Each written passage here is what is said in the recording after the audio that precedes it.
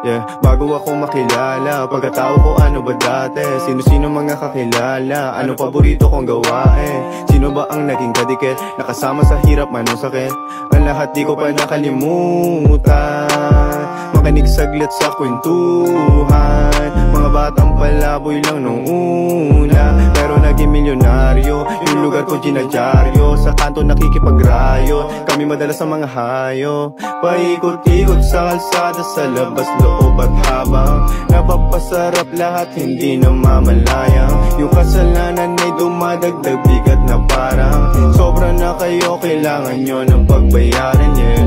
Magkasunod na taon, magkasunod na kaibigan, di ko alam bakit ganon, simula nun ay pinag-isipan. Ang hakbang palayo, pati ang plano, sakay na ng eroplano. Bitbit ko pa rin yung